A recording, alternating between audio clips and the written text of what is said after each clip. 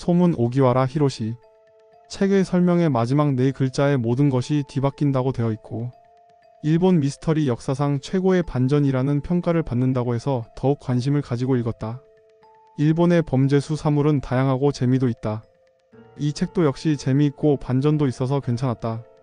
이 책은 여성만을 골라 죽이고 발을 잘 나간다는 레인맨의 소문에 관한 미스터리이다. 발만 잘 나가는 살인마의 이야기가 만들어진 것으로 추측하고 경찰은 사건을 조사하는데, 마지막엔 다소 충격적인 반전도 들어있는 이야기이다.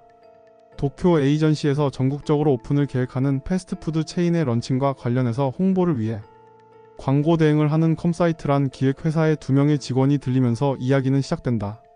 우락부락한 운동선수 같은 가토와 입사한 지 이제 1년이 된 니시자키가 컴사이트의 여사장 스에무라를 만나서 론칭할 사업의 자료를 제공하고 이야기를 나눈다. 컴사이트라는 회사는 설립된 지 불과 몇 해 만에 여러 상품들을 히트시키며 이름을 알린 회사가 되었다. 니시자키가 처음 컴사이트를 찾은 때는 도쿄 에이전시에서 새로 나온 미리엘이라는 향수의 홍보를 컴사이트에 의뢰하기 위해서였다. 당시 미리엘의 홍보는 입소문 전략을 사용했다. 시부야구 주변에 사는 어린 여자들을 중심으로 아르바이트를 모아서 입소문을 흘려보낸다는 계획이었고, 이 모니터들의 모임에 니시자키도 참석했었다. 이 모니터들을 모아서 이를 설명하는 자리에서 스에무라는 다양한 이야기들을 들려주는데, 그 중에 하나가 이 향수가 외국에서는 살인마 레인맨으로부터 지켜준다는 이야기도 있었다.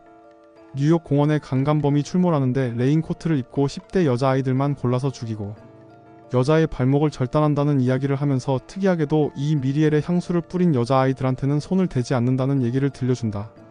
그날 이후로 이 레인맨의 소문이 시부야를 중심으로 퍼진다. 그리고 얼마 후에 이 소문과 동일한 사건이 발생한다.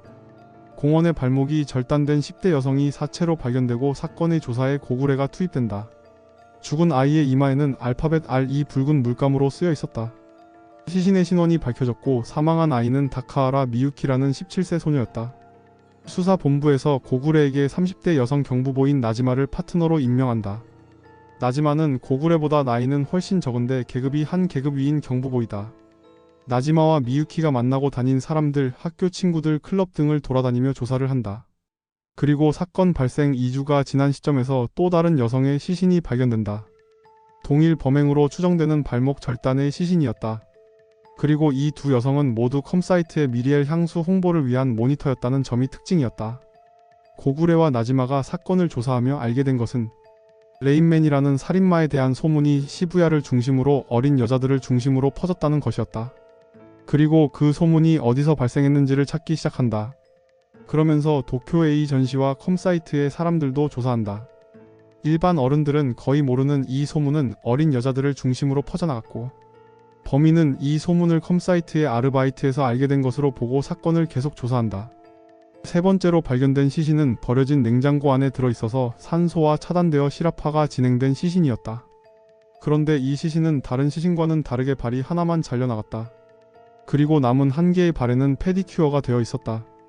손에는 매니큐어가 없는데 발에는 페디큐어가 되어 있는 독특한 시신을 보고 나지마는 범인의 특징을 발견하게 된다. 그리고 서서히 범인으로 의심되는 사람이 생긴다. 범인은 작은 여성의 발에 집착하는 변태적인 사람인 것으로 보였다. 범인이 밝혀지고 책을 다 읽은 후에는 다시 범인의 부분들로 돌아가서 발에 대한 내용이 있는지 살펴보게 된다. 소설의 표지에 쓴 내용대로 소설의 맨 마지막에 네 글자가 반전이 있다. 전체적으로 내용이 술술 읽히는 재미있는 소설이다. 분량이 꽤 많지만 지루하지 않고 영화를 보는 듯한 느낌으로 읽을 수 있는 미스터리 소설로 추천한다.